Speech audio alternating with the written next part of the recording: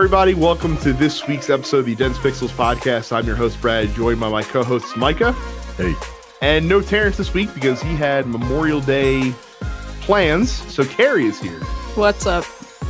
And Carrie and I are both sporting our Washington Caps. Hey. Tonight is, of course, game one of the Stanley Cup final between the Washington Capitals and a team that didn't exist a year ago. I'm so mad. I'm so mad it's us against the Knights. They don't deserve it. Fuck those guys. Micah, who do you got? No, expert Micah over here. Well, now that the home quote unquote team is doing, they've always done well. You know, it's just that now they're finally here.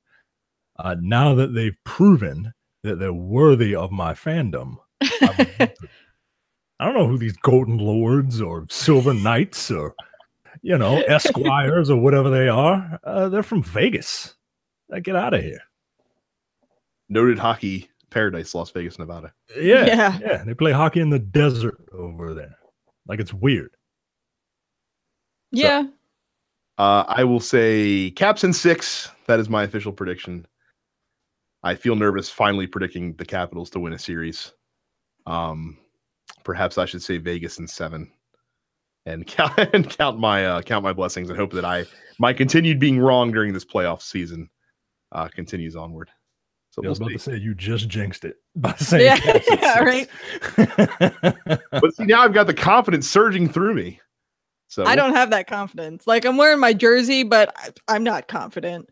I'm in what I like to call the perpetual cycle of disappointment by being both a Capitals fan and a Nationals fan. At least you don't like the Wizards, because that would also be massively depressing as well. Let's talk about video games on our video game podcast. I will start. I picked up Dragon's Crown Pro last week, which is merely Dragon's Crown with a 4K coat of paint put over it. I was super glad to see that you do not have to have the PS3 version to import your save file. You could just pull it down from their server. So we were able to get our characters that we had in the PS3 version. We still started fresh with new characters. Look, that game's really fun. I actually am looking forward to hearing what Terrence has to say next week about it, because he also bought it and he's been playing it, and I know that he would like it because it is basically Streets of Rage, the RPG, essentially. Yeah, pretty much. And it's great. I haven't played it, but I know it's a Vanillaware game, and I generally like a lot of other Vanillaware stuff, so I'm sort of surprised that I never got around to playing it, so maybe I'll pick it up if I can find it on sale somewhere. Yeah, it's really fun. It's really fun. The Amazon is the best character. She got legs for like years, man. Like, yeah. Chun-Li has nothing. But Emily's using. She decided to use the Amazon for her second character. Amazon is amazing. Yep.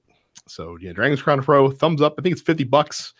If you like to grind and you're looking for something that's just fun to beat up shit, it's really good. Micah, tell me about Des Trois. I'm human.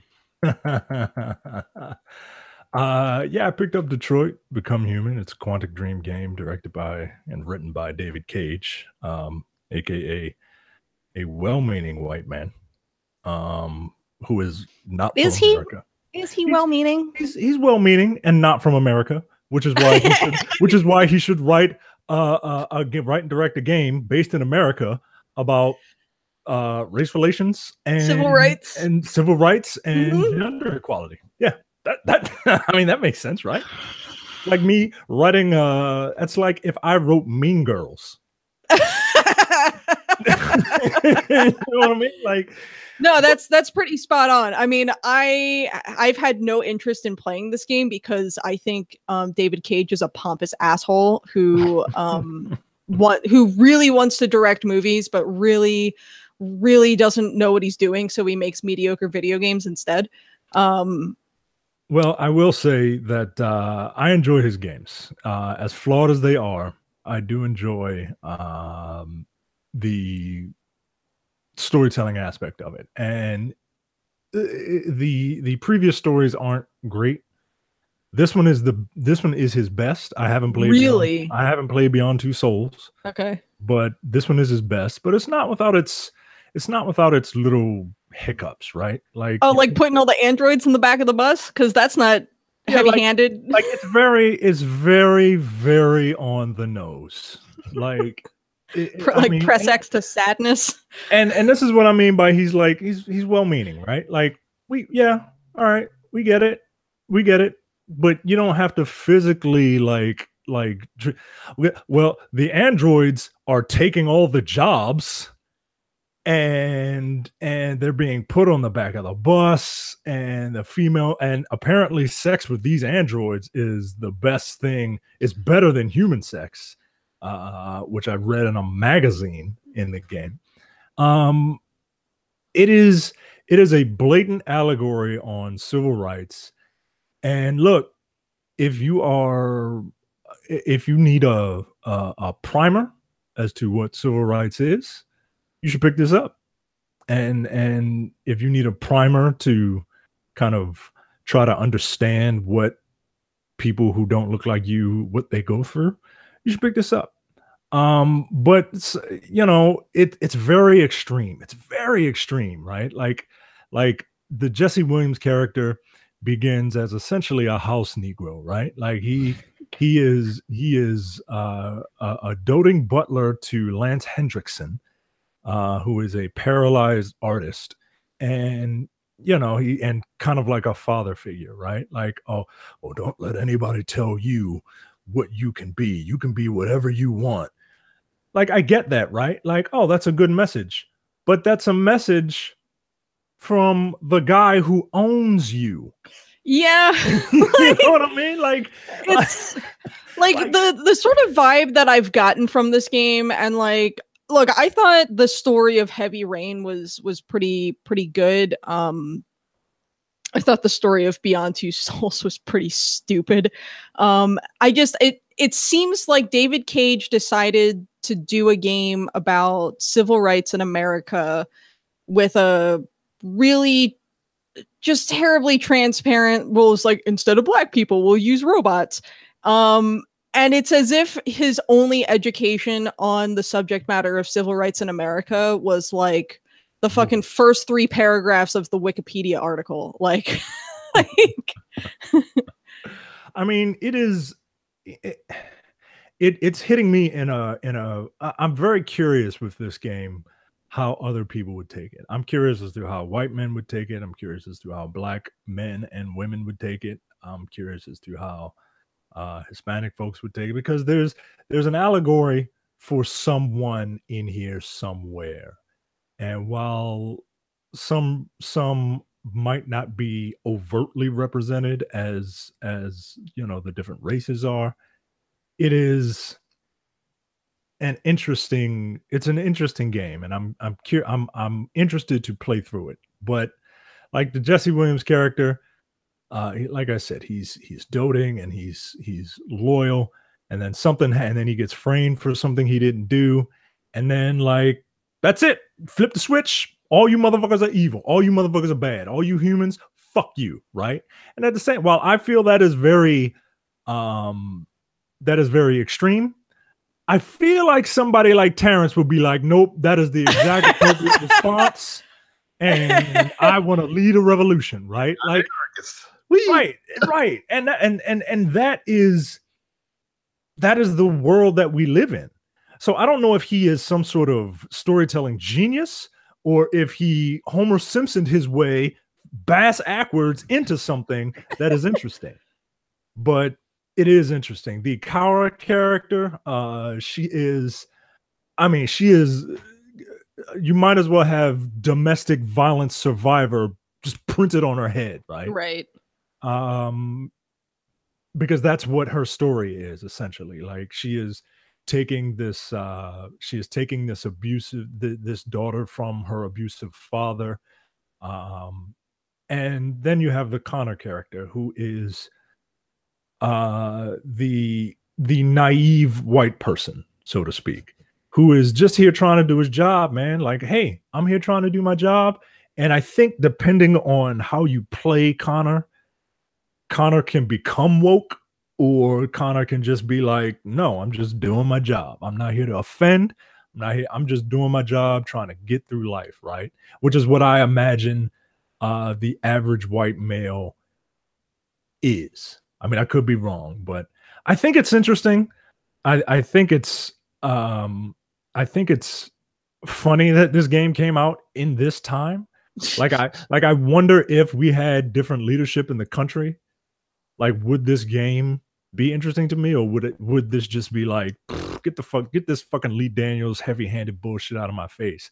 But because we live in a cartoon reality right now, like this cartoon reality in this game just kind of fits right into it. So Yeah. it's if you like this type of game, go ahead and pick it up.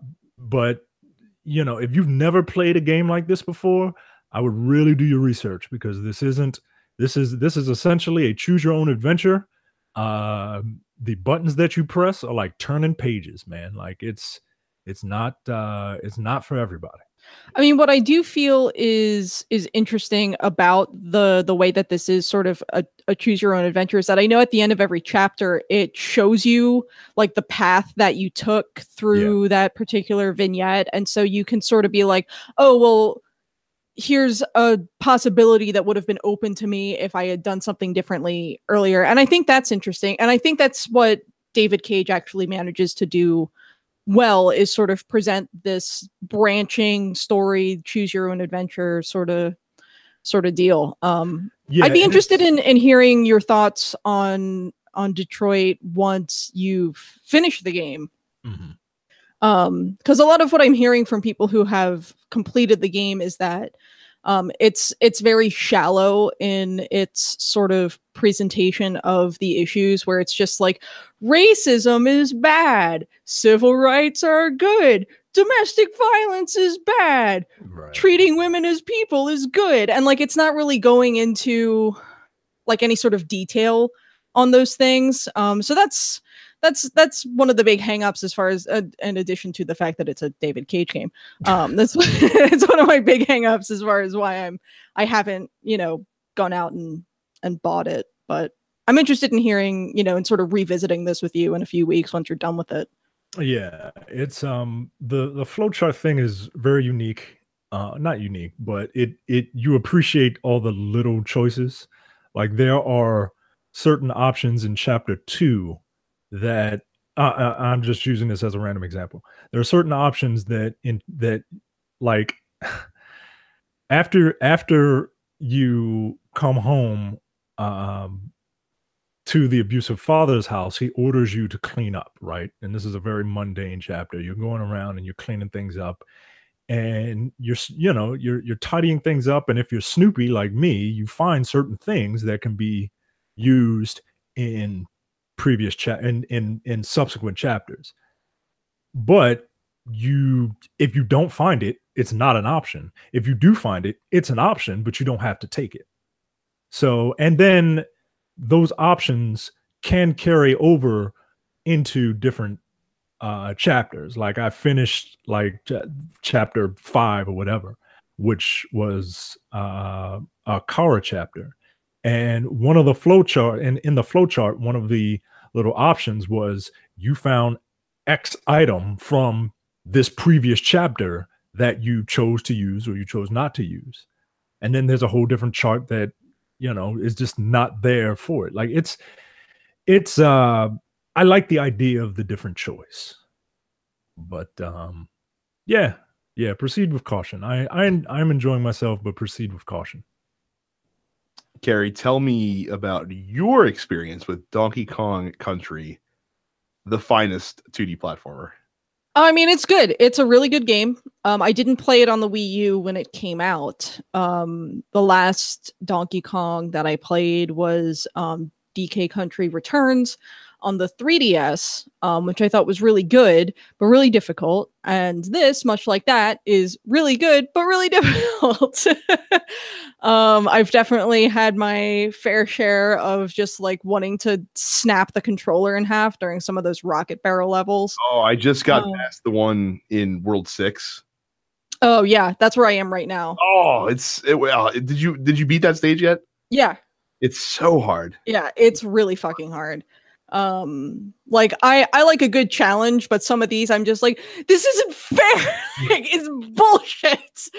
But you know, that being said, I've gone through some of the game as Donkey, and I've gone through some of the game as Funky, just to sort of change things up a bit. I think a lot of people are calling Funky Kong easy mode, and in a lot of ways he is, but in some ways I think he's balanced really well. Like, he's not just a fucking like god mode character. There are some things he does better than Donkey and a companion, and other things he does not as well. So it's been interesting. The music is, I think, the one thing where everyone was like, yeah, the soundtrack to this game is just so fucking good. And it is. So many callbacks to old games. So yeah, I'm looking forward to finishing that up. I like a good 2D platformer. I think Tropical Freeze is a much more balanced game than Returns was. It's a good platformer. I don't really know what else to say about it. You know, it's just really well done, and if you have a Switch, you should buy it. Well, and then you've also, because you're obsessed with Persona. Well, stop playing all the Persona, getting that New Game Plus. Yeah, I finally revisited the game a year after I beat it the first time to New Game Plus it, and that was sort of spurred on by the fact that the anime started, and then my best friend finally started playing it. So I was just like, well, she's playing it in the anime, and everyone's talking about Persona again. Fuck it, I'll play it. So that's been fun. I mean, Persona 5 is really good. If you haven't played Persona 5 yet, what are you doing? Yeah, it's just as fun playing through it, even like when you know everything that's coming, as it is the first go round. I have no intention on trying to platinum the game because I'm not a psychopath. You hear that? Like, Johnny I think platinumed it as well. Well, one of my fucking Nationals buddies went from what is a Persona to I have platinumed Persona 5 over the course of about 2.5 months. And I'm like, I've created a monster. I'm sorry, Frank. Like, I'm also sorry to Frank's wife. But yeah, Persona's real good. I basically, I've been sort of waiting for Octopath Traveler to come out. That's about 6 weeks out at this point. So I've just sort of been going back and revisiting some other things. Oh, I also played the Sushi Striker demo that they put in the Switch Marketplace. I did. I noticed you playing that on. I did. It's not for me. Okay. It's not for me. If you like puzzle games, I would recommend checking it out. I thought it might give me like a sort of puzzle fighter sort of vibe. It didn't really scratch that itch though. And of course, the story around the game is ludicrous. Well, extremely skippable. So yeah. So Sushi Striker, I mean, the demo's there if you want to check it out. I would recommend doing that if you like puzzle games. But I'm probably going to skip it.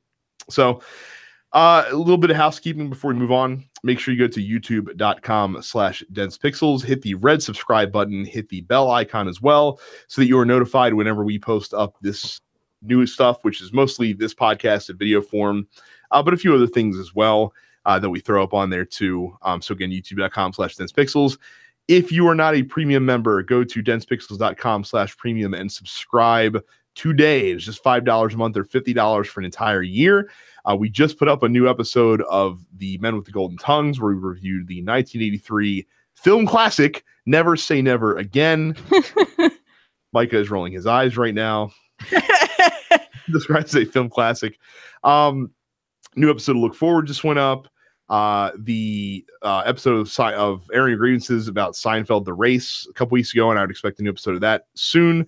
And then No Time to Bleed, our monthly action movie podcast as well. Plus, you get video episodes of the Nerdpocalypse podcast if you subscribe. So again, that's densepixels.com/premium. And then finally, we are on Spotify along with all the other TNP Studio shows, which includes the Nerdpocalypse, Black on Black Cinema, Tabletop for Two, the first hour of Look Forward, you can get on there as well. So you go to Spotify or Apple Podcasts or Google Play Music, subscribe to the show. We deliver the podcast to you while you sleep, like a podcast ninja, and that way you don't have to worry about checking for new episodes.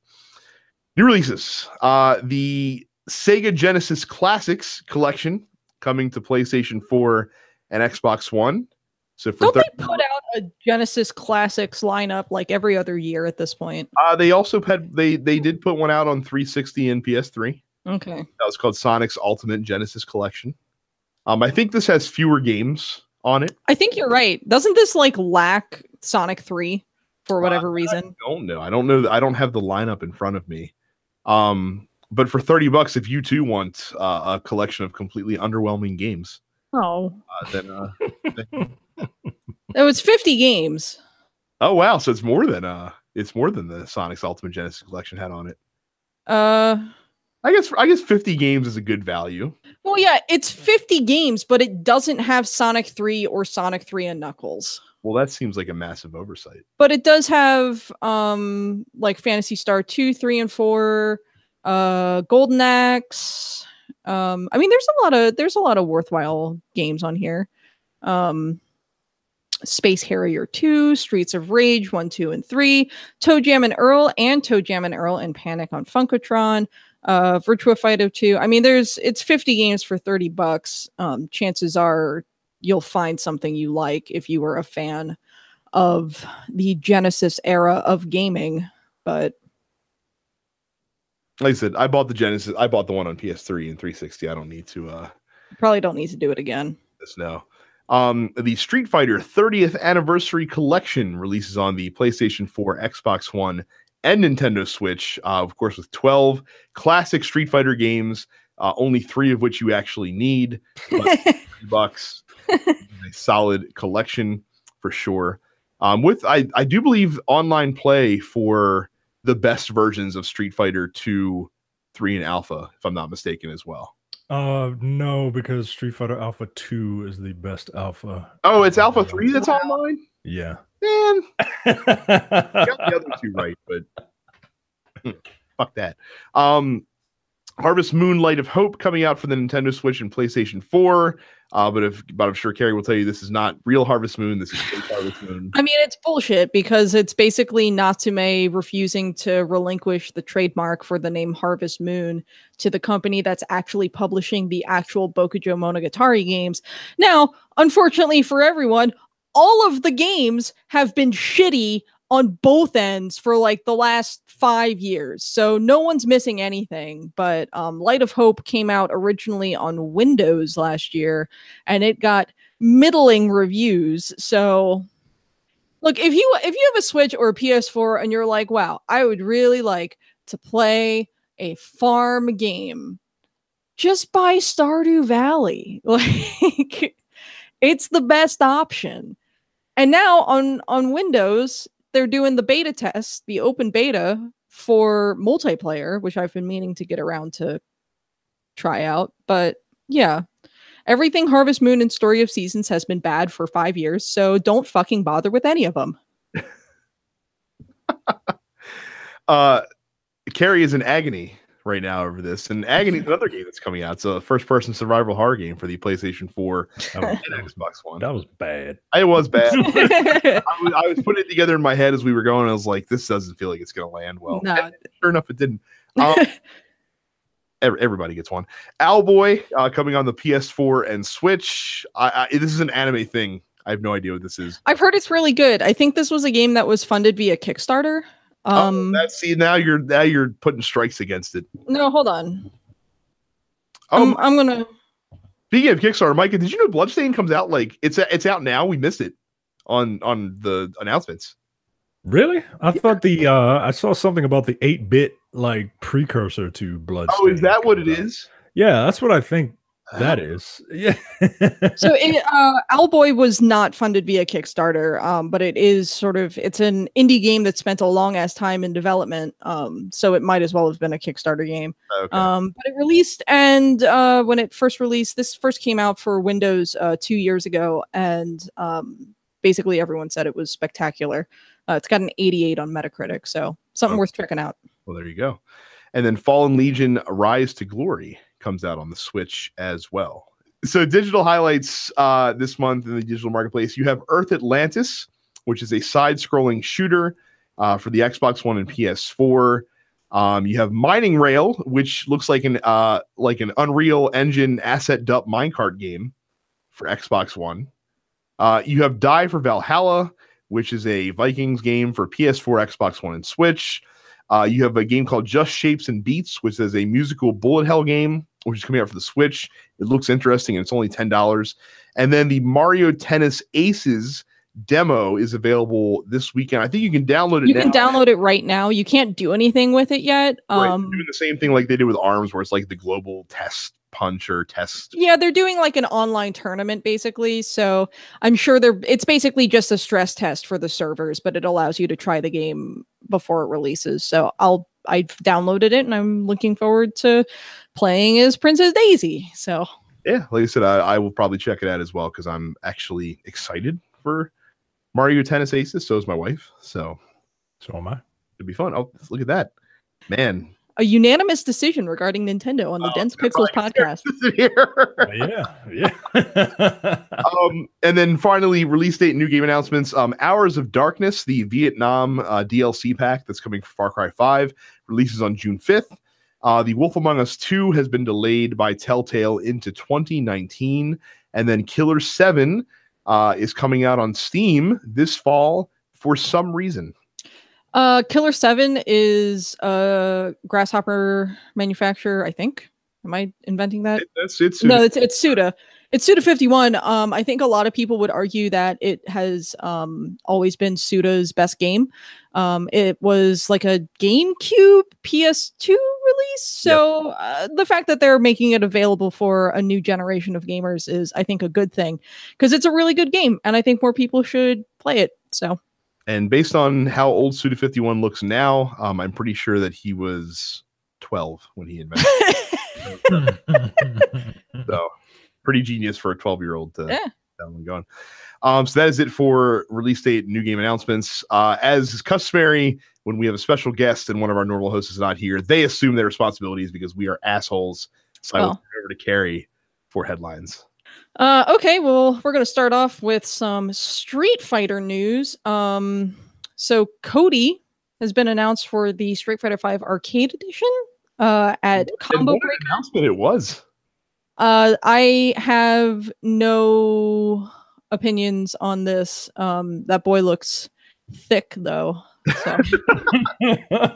Micah, I'll let you take this because you were very excited about the announcement video that Capcom put out to announce Cody's release. Yeah, it's weird. They started out the trailer with a live action version of Cody, played by famed wrestler Kenny Omega,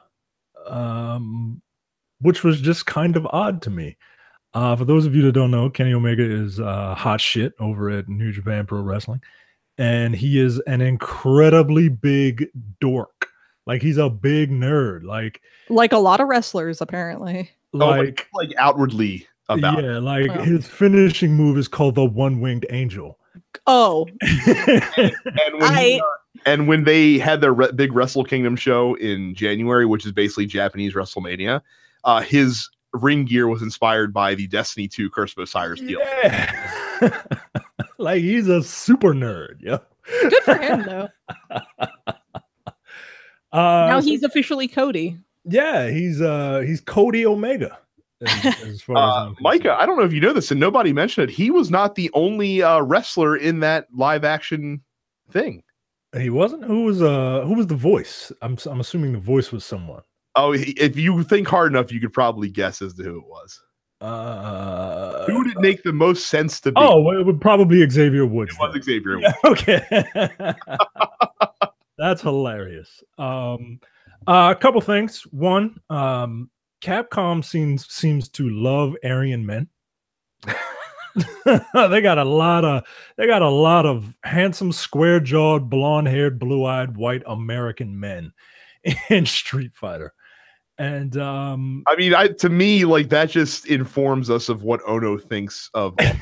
Americans, basically. I mean, here's the thing: like, you look at a lot of characters that are specifically labeled American in anime, and they all look like this too. Like, that's just what Japan assumes all Americans look like: is square-jawed, blonde-haired, blue-eyed. What you're telling me is that the Japanese look at American white males and basically say, "All y'all look alike."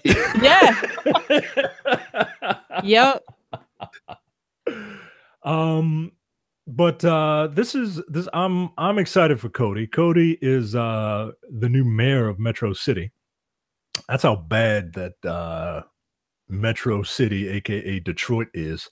That they have this convicted felon become mayor. But he looks very cool. He looks very fun. He's got a couple of cool V triggers. I was very, very satisfied with this trailer, except for his super or critical art or whatever the hell they call it in Street Fighter 5, where it's just like a recycled animation of one of his special moves from the previous games. But Cody looks a lot of fun.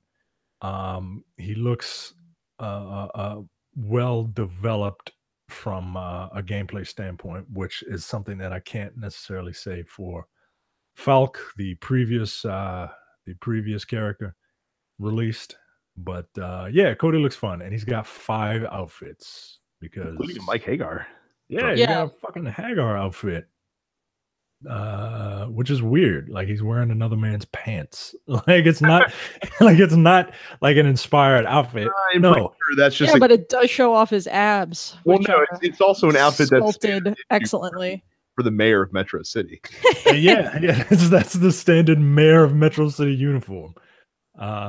Waist size and all. I appreciate him rocking the Goldfinger tuxedo. Yeah, Cody looks fun, man. He's a good looking drawing. I'm looking forward to playing Cody. Next up, Nintendo has released a Switch hardware bundle. I don't know that it's necessarily accurate to call it a bundle, but that's what the Polygon headline calls it. It's currently exclusive in Japan, and it is basically just the system itself. So it does not come with a dock.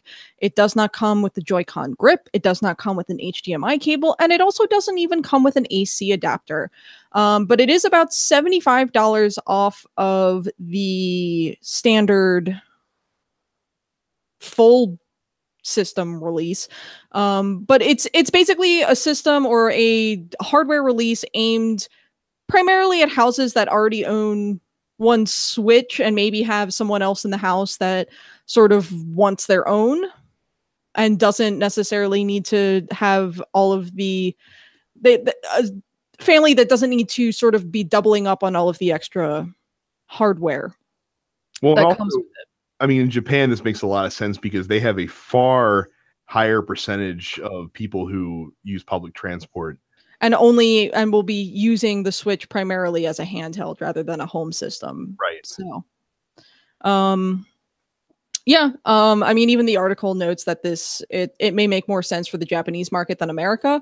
But I think that this is sort of an interesting development. And while it's not exactly a price drop because you're still getting exactly what you pay for in either case, it's something that I hope becomes available in the US, because I think like my household would probably benefit from a second Switch, because I think my husband wants to play one more than he has been letting on. But we don't, it's not like we need to be spending $300 for another set of everything. It'd be cool to just sort of have the system itself for a lower price. So yeah. if this particular configuration is really successful and they end up, like, say around Christmas time in the US, bringing this particular configuration here as well, and it's really successful, how long does the 3DS have realistically after that happens? I mean, I think the 3DS realistically is only going to go, or only really going to be supported until this time next year anyway. just because of the titles that we already know are in development for the 3DS. I mean, it's been evident for quite some time now that Nintendo will be phasing out the 3DS family of systems and will be focusing entirely on the Switch to service both the home console and handheld markets. So I don't really think Nintendo releasing that sort of bundle in America would have any impact on something they're already sort of working on, you know. Like, listen, my thing is still once Pokemon comes out that's it. Yeah, that's a wrap. Yep. Next up, some sad news. Ted Dabney, who co-founded Atari along with Nolan Bushnell in 1972, and was also responsible for the first commercially available arcade game in the form of Computer Space, has passed away at the age of 81. I believe the cause of death, I think he had esophageal cancer. So yeah, I mean, it sucks. This was a guy who clearly had a significant impact on the industry, particularly in the early days. I mean, this was a guy who was literally assembling arcade cabinets for commercial use with his own two hands. So unfortunate. I think this is a guy whose legacy is not quite as known in the same way as Bushnell's. I think when people think Atari, they tend to think Bushnell and only Bushnell. But you know, Dabney had just as much to do with the company's early success as Nolan Bushnell did. So, and in other death news, I guess you would call him somewhat of a controversial figure, game critic Total Biscuit, John Bain, passed away at just 33 years old this week. Brad, I know you had shared some thoughts on this in the Facebook group. I did. It's unfortunate. Total Biscuit was one of the first like influencers on YouTube to gain prominence, I would say. In terms of his criticism, and also he did well on Twitch too. He was one of the first people that I heard about. I didn't really follow his content too much. He's famous for, there's a couple of videos, criticism videos that he's put out there that have really gotten a lot of attention because his critique was pretty solid. It's really unfortunate because he was originally diagnosed with, I believe it was bowel cancer. It was bowel cancer. In 2014, it went into recession and then came back, unfortunately. And yeah. He treated as much as he could and then realized that it wasn't going to go away. He wasn't going to work. So he's hoping that his wife continues his channel on. And then I know there's a GoFundMe set up because actually one thing that this has illustrated, his death specifically, is that if you are in games like influencing criticism, stuff like that, there really is no like contingency plans outside of whatever life insurance you set up. There is no 401k. There is no, anything to help your family. Right. It's like any other sort of freelance job, I was going to say, it's not even steady work. Right. Yeah. That too. I mean, like it is precarious. So, I mean, it's very sad, and also hopefully will serve as a precautionary tale to other influencers to maybe make sure that you're being smart about set up a safety net. Right. Yeah. I mean, I obviously this is incredibly sad to lose anyone who was a voice in this industry. At 33 years old. My grandfather passed away from bowel cancer a few years ago, but the difference was he was 92. So it wasn't entirely unexpected. But yeah, I mean, this was a guy who seemed to be sort of working until he really couldn't work anymore. He only fully sort of like retired from games criticism at the start of the month. And probably realized that he just physically couldn't put himself in front of a camera anymore as his health continued to deteriorate. A few people have brought up the fact that this was a guy who, when the whole Gamergate bullshit was sort of getting off the ground, this was a guy who very much had the sort of, well, it's about ethics in games journalism sort of argument about it. So I think there are certainly reasons to look at the legacy that he has left behind with a critical eye. But obviously to lose anyone at that sort of young age is not great. So all the best for his wife and his family, and hopefully maybe something good will come out of his channel moving forward. So maybe something worth paying attention to.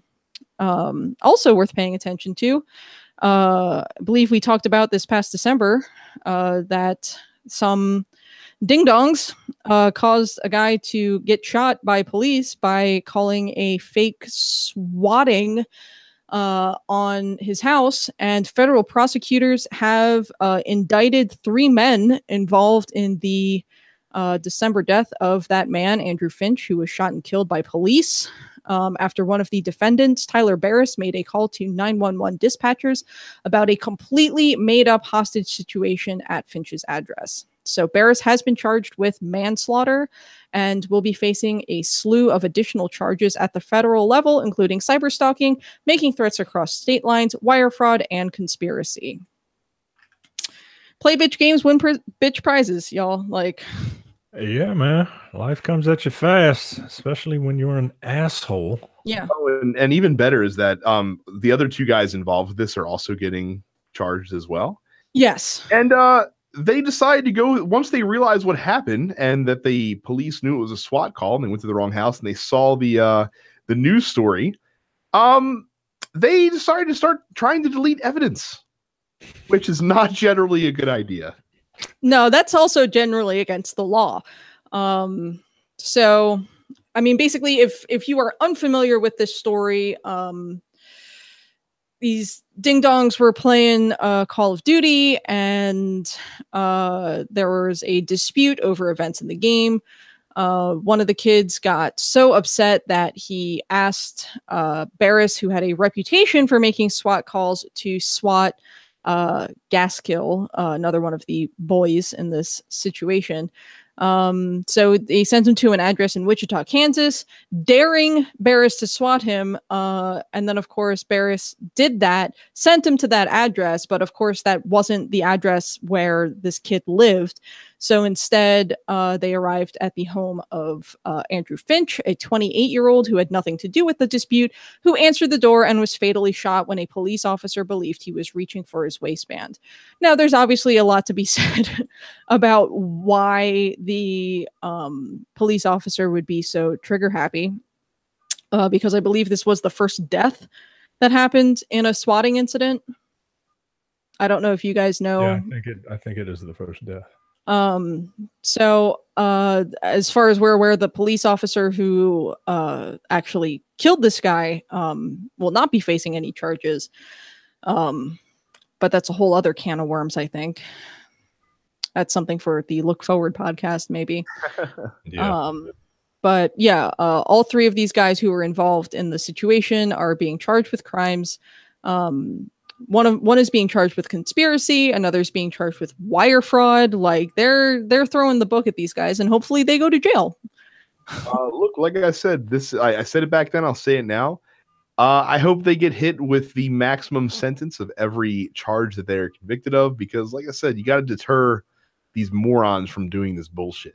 Right. You gotta set a precedent for this shit going forward, because there have been so many of these incidents of people getting mad and finding some dude's address and sending a SWAT team to their house. Well, and look, and like I said, I mean, like the other stories we hear about this are usually at least with the party involved with the dispute. I mean, they sent it to this guy's house with nothing to do with it, and he gets killed. Like, right. Completely unacceptable. So yeah, throw the book at these guys and let it be a lesson to anyone that wants to try doing this bullshit again. Yep. Yeah, man. I have no problem with these people being made an example of. All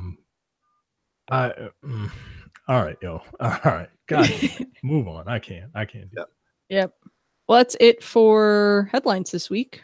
Well, before we get into top stories, just a reminder that if you buy anything from Amazon.com, be it big or small, make sure you use our Amazon link, densepixels.com/Amazon. We get a small percentage of that sale, but you'll still pay the same price. It's the easiest way to donate to your favorite video game podcast. So again, densepixels.com/Amazon, and help support the show that way. 3 years ago, Andrew House, then CEO of PlayStation Division, said that 2015 was, quote, the beginning of the harvest period for the PS4. In business, the harvest period refers to the phase of a product's life cycle when a company reduces investment to reap maximum profits, although House noted that Sony still planned to invest for the future during that year. Today, PlayStation CEO John Kodera? I think it's Kodera, but Kodera said the PS4 is entering the final phase of its life cycle, according to Wall Street Journal reporter Takashi Mochizuki. that's correct. Good job. I can pronounce that name, but not John. But not John. Kodak. Kodera. The PlayStation business has done very well for Sony since the PS4's debut in November 2013. Has it been that long? It really has been. Yeah, it's been years. God damn, time is flying, man. It's been delivering a steady increases in operating income and generating a cumulative cash flow of more than $6.31 billion for the 2013 through 2017 fiscal years. But now they are set to focus more on network services, PlayStation Plus and the PlayStation Network. What are your feelings on the PlayStation entering its last, like these are the best years it's going to have now? So I was so annoyed when this story came out, because a question that I'm tired of hearing from people is, when is PS5 coming out? And I heard that PS5 was coming out real soon. Well, I knew as soon as this story hit, people would see the story, not read the story, and not use their reading comprehension skills to actually assess what the information in the story was, and just assume that a PS5 was imminent based on the fact that the PS4 is headed to the end of its life cycle, even though John Kodera then came out and clarified later on that it's going to be at least 3 years before we see new hardware from Sony. He is quoted as saying, "We will use the next 3 years to prepare the next step, to crouch down so that we can jump higher in the future." I don't know what that means. It means hold down for 2 seconds, press up and kick, and they're gonna flash kick the industry. The future of place.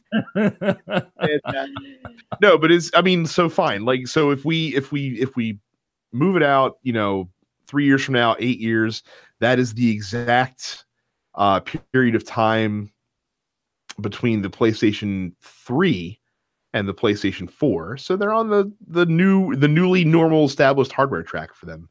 Yes. Basically. So, I mean, I'm not super worried about it. My PS4 game collection is all JRPGs, so it's not like those are going to slow down anytime soon. Right. And by the way, this is the best time, because this is now like where third-party developers are in a groove as well. It's not just Sony that's cranking out awesome games. Like, third parties now, not that they needed to wrap their head around the system as much as they did with PS3, because at least the architecture of this one is more. It wasn't brand new. It wasn't like, oh, here's a Blu-ray disc for the very first time. Right. Or we're gonna make a architecture that is unique to our console and you have to code around it. Like, that wasn't the case this time. So this is gonna be the time where you get your best games.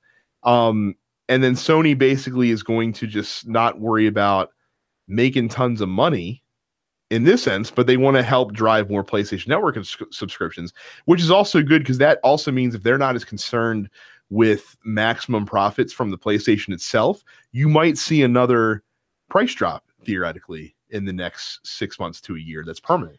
Down to yeah. So. What I'm sort of hoping for is that the Pro drops a little bit, because I'm still on the regular PS4. I have no real pressing reason to get a Pro. But no, I feel like this is something that, I'm not at all surprised that Sony would be like, we're just sort of coasting to the finish line with the PS4 at this point. But that's not necessarily a bad thing, because PS4 has obviously dominated this console generation. They just made Microsoft their bitch in every conceivable way. Let me tell you, I was talking to a friend yesterday about just how remarkable, because E3 is right around the corner. So I was thinking about how remarkable the 2013 E3 press conference was. It was incredible. Go back and watch the highlights. If you want to see somebody mercilessly dunking on their competition just over and over and over again, watch the Microsoft press conference, or like the highlights. Watch the Don Matrick interview with Jeff Keighley after the Microsoft press conference, where he basically said, hey, if you don't have internet, we've got a console for you. And then that's Xbox 360, which Jeff Keighley immediately replied, that's your message? Yeah, I remember that exactly. Right. And then watch the highlights from the PlayStation conference, where Jack Tretton basically just whipped his dick out and was just like, here it is. Because he sits there on stage and is like, by the way, you will be able to play used games on your PS4. And then he took a step back and let that applause break come in for a solid minute before he. You remember the little vignette that they did? I forget who was involved with it. It might have been the Japanese president of Sony at the time, where it was just here's how you share a game. And it was the fucking fancy intro and whatever. And then it was just one guy handing a game to another guy, and then fancy outro. And I'm like, God, they're just dunking on Microsoft. Shuhei Yoshida and my doppelganger Adam Boyes. So. Yeah, that was so fucking funny. And the thing is, the sales and the reception to the PS4 versus the Xbox One very much lined up with how that E3 press conference played out. It's just, it's honestly remarkable. I never had any interest in getting an Xbox One, and Microsoft has done absolutely nothing to change my mind on that. I'm glad I have a PS4. I will eventually probably get a Pro if the price drops to a reasonable amount for some poor asshole like me to afford it. But other than that, very much looking forward to the future. After the Pro came out, I figured they were sort of done with doing updates for this particular generation of hardware. So yeah. Wow, I now that you bring it up, I remember that we've got the console for you. It's called a 360, you poor fucks. Wow. That's your message? I've never been so in simpatico with Jeff Keighley of all people. It was amazing to see Matrick backpedal in that movement as well, because as soon as Keighley was like, that's your message, he was like, oh shit. And then he his excuse is well, we talked to a guy that was in the military, and they're on a nuclear submarine. I don't even know what you do with a nuclear submarine as far as internet goes. I'm all right, Don Matrick, just stop talking. You're a nuclear submarine. What the fuck? I think it says a lot about my own personal feelings towards Microsoft that when my house was broken into and my 360 was robbed, I never bothered replacing my 360. I replaced my Wii U, didn't replace my 360, haven't owned a Microsoft console since. Goodness gracious, man. I don't miss it. I mean, I'm looking forward to E3, like I said, either last week or a couple of weeks ago, just to see what, because competition is good for any industry, and I'd like to see what Microsoft is bringing to the table, or if they're just going to be like, you know what, we're just going to take this L this generation, see you in 2 years. I mean, there's no way at this point, there's no way for them to bounce back. They had, and I think it's fair to say that they had probably the single worst launch of any console within the last decade. I think they had a worse launch than the Wii U. And I don't think I'm being I'm trying to think. I'm trying to think as well. I do feel like they did well Microsoft did well during that initial holiday. Not as well as PlayStation, obviously. I was working at GameStop during that holiday, and we couldn't keep PS4s on the shelves. And I was working in fucking Shrewsbury, Pennsylvania, so it's not like we were serving a whole hell of a lot of people out there. We could not keep. It's because they didn't have internet in Shrewsbury, Pennsylvania. We couldn't keep the PlayStations in stock for more than about 15 minutes at a time. But we had Xbox Ones, that fucking dumbass Kinect bundle, in stock the entire time. We couldn't get rid of them. People would call, be like, what consoles do you have? And I'd be like, well, we have Xbox Ones. They'll be like, well, call me when you get PS4s. And I'm like, I think it just looks worse because it's framed next to the PlayStation launch. I don't think that's incorrect. I think the Wii U was pretty bad. I don't think it was bad. Remembering it as because I distinctly remember during Christmas time that year. And you were I think you were still working with me at the time. I sure was. You were just sitting there like you sure were. Give them away to people. I was trying, man. Yeah. I think the difference is like the Wii U released and people like didn't care, and like the Xbox One, people were so pissed off about that original bundle. You know, with the Wii U, it was complete apathy. But with the original Xbox One bundle with the Kinect, people were like legitimately mad about what Microsoft was doing at the time. And I think that's what makes it worse, is that people were like actually angry at Microsoft. With the Wii U, people were like, what? It was not a good time for Xbox. No. And it really hasn't been a really good. It hasn't improved much since then. Yeah, they can put whatever spin they want to on it, but these last almost 5 years have not been the best. I mean, shit, they lost their number one fan. Terrence is gone. When you lose Terrence is on Team Place. He is on Team Blue all the way now. Terrence bought Dragon's Crown of all that. Like that, it doesn't get more Japanese than a Japanese-made game on a Japanese system with a Japanese controller. Who it's funny how you don't hear Terrence complaining about his hands being too big anymore, do you? Nope. Bunch of fucking bullshit. But yeah, like it's like wow. Like wow. Anyway, look, 3 more years. The next we get to do this madness all over again. We get to drop $1,500 on the next generation of consoles all over again. It'll be nice this time because we'll actually have professional video recording equipment to do these those reviews on. Yeah.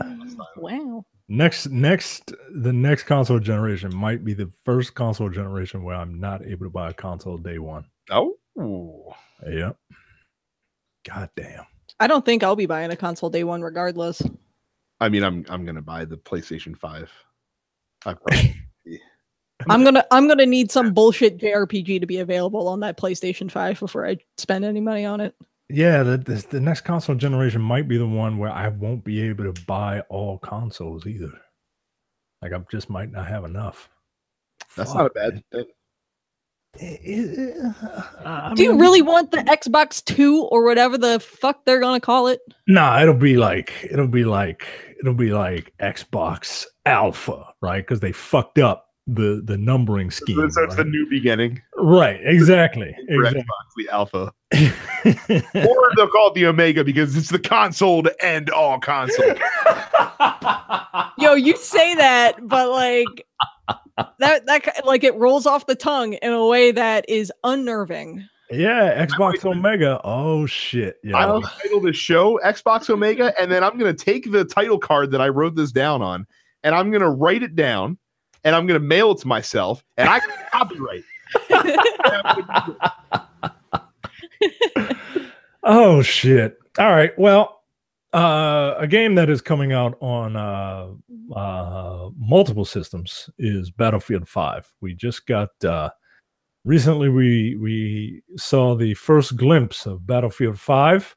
Its release date will be, first of all, it'll be on PlayStation 4, Xbox One, and Windows PC. Oh, not Switch? Shocking.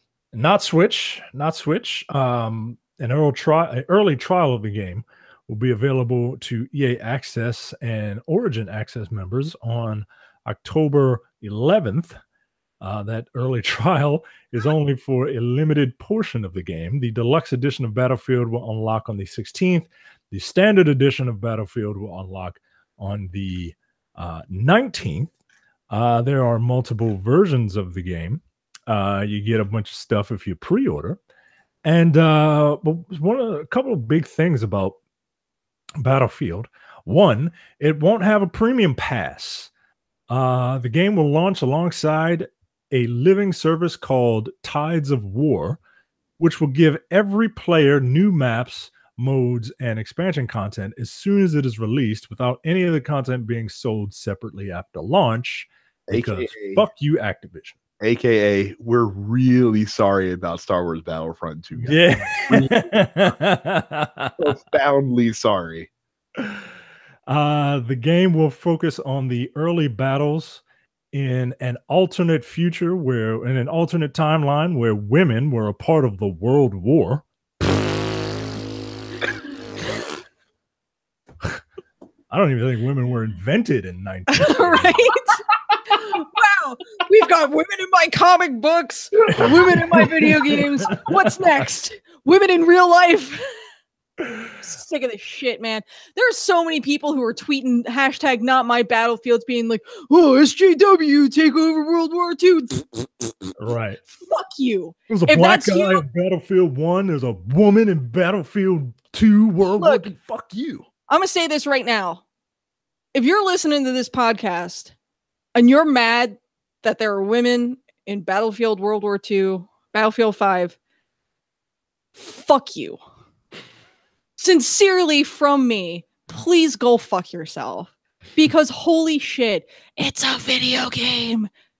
If you want historically accurate World War II, fucking watch a documentary. This is a video game. Eat my ass. Plus, I mean, they've already, like, World War II has been done to death. Right? Like, what else are you going to do? Alternate reality. I'm cool with it. It's different.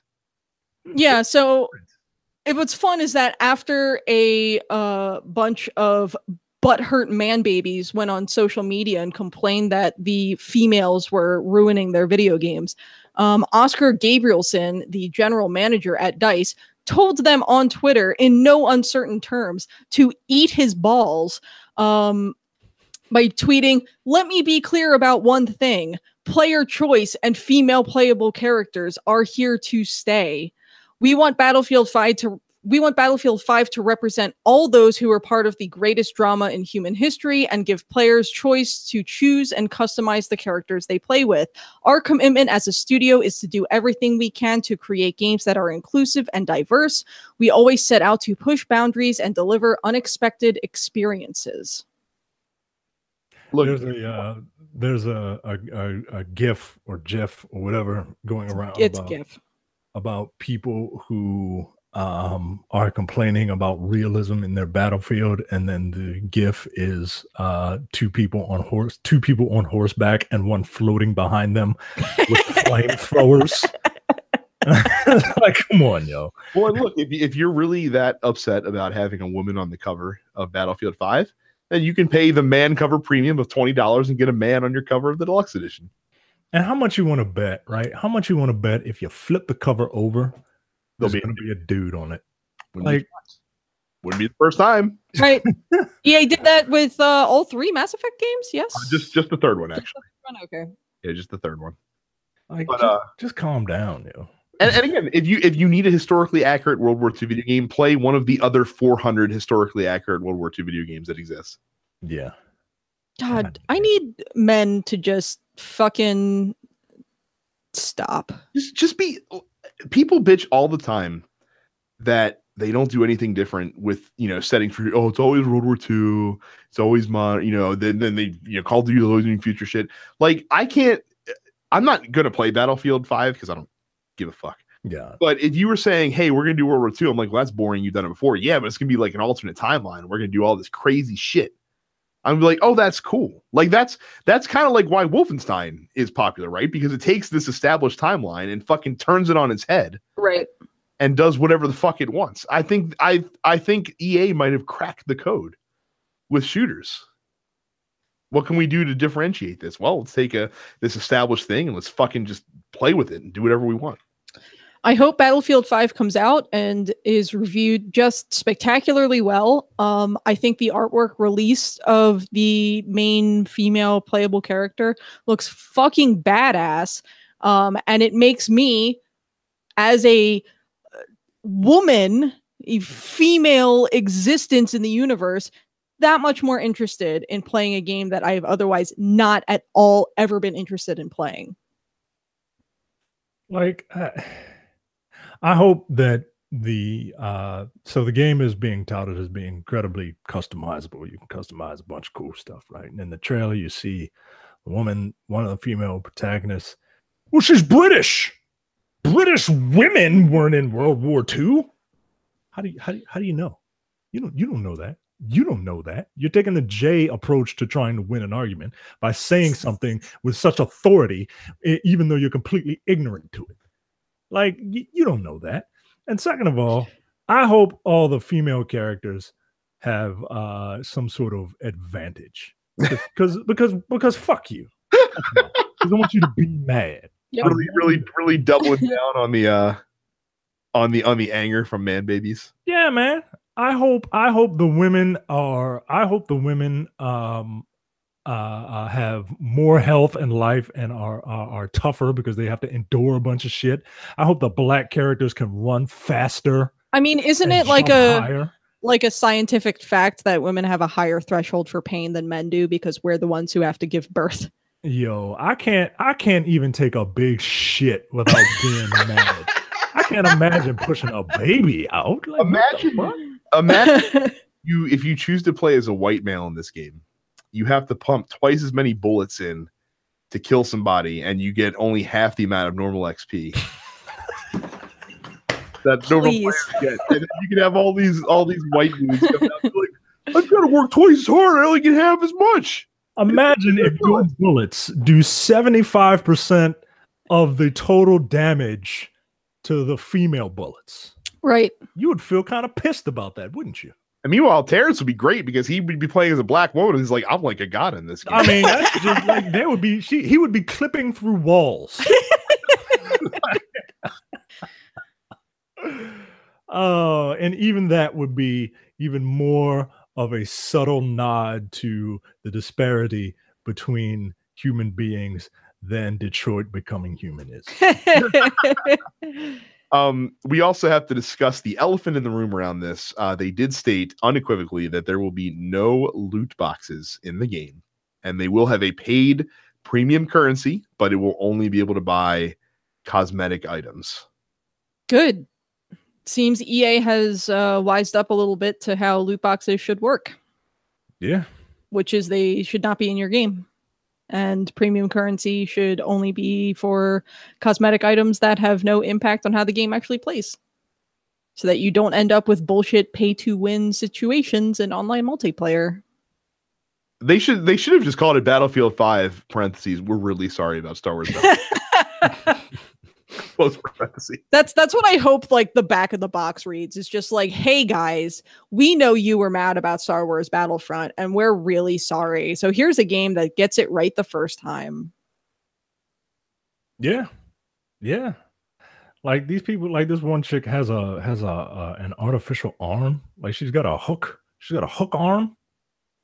Like that's fucking cool, man. That's some of the stuff that you can customize. You can customize all of their different clothing down to minute options, helmets, pants, hats, jackets, face paint. Never really understood the whole customize a first person character, but whatever gets you more money, I guess. Yeah, they're showing off. Here's my question about this whole story is E3's in like 10 days. Why are they announcing this now? Why didn't they wait? Because with E3, I mean, the big focus at E3 for them is going to be Anthem. Because I guess that's still a thing. That's it. Well, I mean, in reality, like, so Battlefield they can count on pretty reliably to do well. Anthem's kind of a make or break game, not as much for EA, but definitely for BioWare. Yeah. So that's going to get the lion's share of the attention at their event. I think they'll also detail like they did the announcement for Battlefield 5 in such a way that they kind of just whet your appetite and they can trickle out more concrete information over time. So I think you'll see some more details at E3, but I think the lion's share of the time is going to really be like blowing out Anthem and being like, check this shit out. It's going to be fucking awesome. And again, guys, no loot boxes. We're really sorry about stuff. Yeah. All right. Well, that's Battlefield. I have no interest in it, but I think Terrence would play it. I think he prefers Battlefield over Call of Duty. Oh, he'll play it with pleasure as well. Customize characters and not have to run through the game as fucking random white Gomer from Kansas as in World War II. I think that's a plus. Like I said, I'm all for games especially a serious shooter like Battlefield. Just taking history and playing with it some. I don't think enough games take advantage of that, or not enough mainstream games anyway. So I'm down for it, even though I'm not going to play it.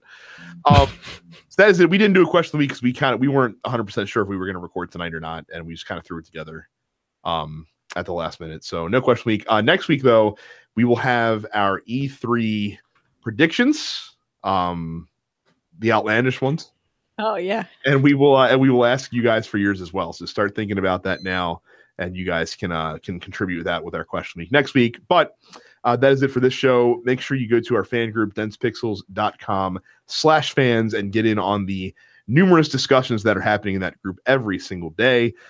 Leave us a 5-star review on iTunes. If you do, we will read it on the air. Follow us on Facebook and Twitter. If you search for Dense Pixels, you can find us at both of those sites. Make sure you subscribe to the podcast on whichever podcatching app you choose. And we are all on Twitch TV. The main show channel is Dense Pixels. I am Dense Pixels Brad. Terrence is Apparition 410. Micah is Dense Black Nerd. And Carrie is Suppets Carrie. So that is it for this week. So again, E3 predictions next week, and we will have our E3 coverage. I have one last thing I want to plug real quick. My book that I just finished, which is at the printer, The Overstreet Guide to Collecting Tabletop Games, which Brad is also featured in. That is available for pre-order right now. You can go to gemstonepub.com and order it directly from my company, or you can go into your local comic shop and order it from Previews. So please do that. I will also be at Origins Game Fair in Columbus, Ohio, selling the book there. So if you're going to Origins, please drop us a note and let us know, so you can come find me and come hang out, and maybe we'll go get a beer afterwards. I don't know. But yeah, please buy my book. Thank you. I can attest Origins is dope, and it's probably the best tabletop gaming convention, unless you want to go to the insanity that is Gen Con, but that's also a whole crazy thing. Origins is awesome that you get to play a lot. It's pretty cool. So that is it. We will see you all next week. See you. Thanks. You're watching the Dense Pixels YouTube channel. Click the subscribe button while you're here, and make sure you check out our weekly podcast where we discuss the latest gaming news and our impressions on what games we've been playing.